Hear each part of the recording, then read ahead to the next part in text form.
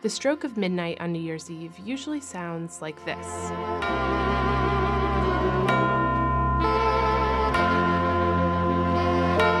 This is Auld Lang Syne, a song that represents the emotional conclusion to another year. But it might surprise you to know it's also a soccer anthem in the Netherlands. Or in Japan, it's a traditional song about fireflies. And the original was written centuries ago as a Scottish celebration song. So how did this song that's managed to spread across the world become the song we sing when the ball drops? What does this song mean?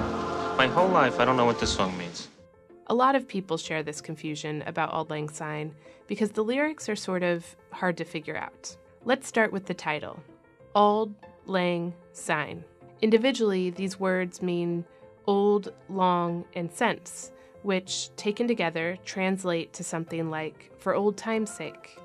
It's written in Scots, a language spoken by about 1 million people in Scotland today. The rest of the lyrics are a mix of English and Scots words, like, and there's a hand, my trusty fear, and we'll tack a right good willy wat. What is that? So fear means friend. This song asks you to remember people from your past and raise a toast to them, which made it a popular song to sing at New Year's and other celebrations. And that line about taking your friend's hand, that's related to a traditional dance British people still do today.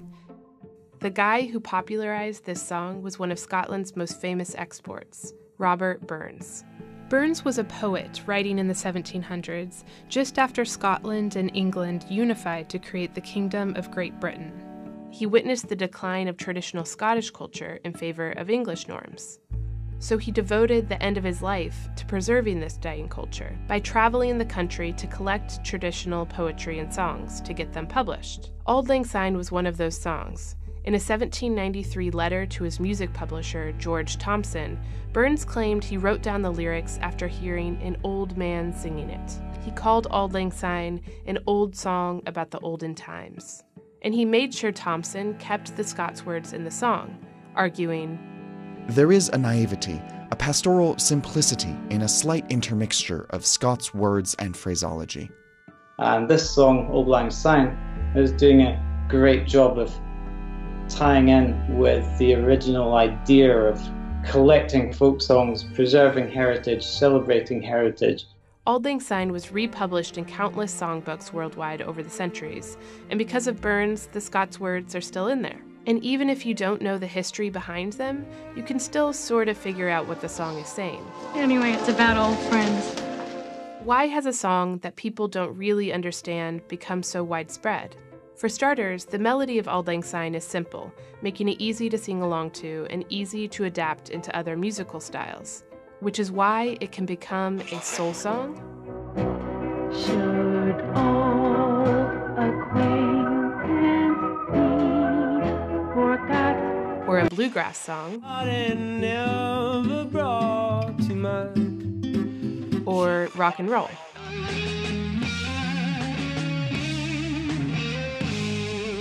And because it's uncomplicated and melodic, the song was easy to put with different lyrics. Like in the US, in the Civil War era, it became a song about a wish for the war to end. And it was also a popular anti-slavery ballad. It took on new meanings in languages in other parts of the world, which is why it's in places you might not expect, like that soccer anthem in the Netherlands, or a graduation song in parts of Asia. And it was South Korea's national anthem until 1948. No matter what the language or lyrics are, Auld Lang Syne's popularity also has something to do with its nostalgic feeling.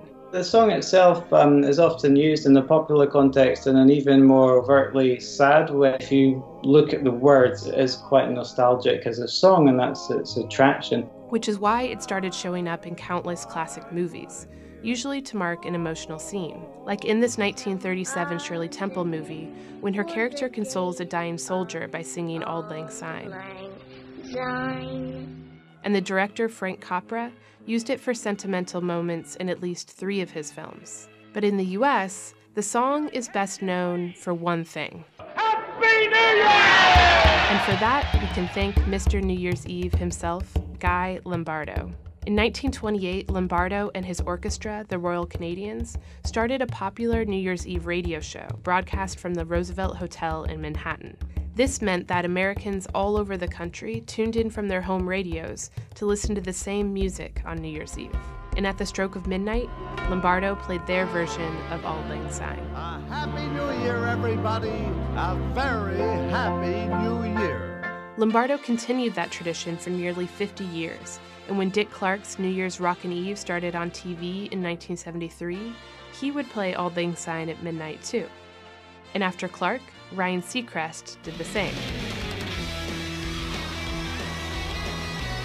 So now at midnight, right after the ball drops, this is what you hear. It's still Lombardo's version.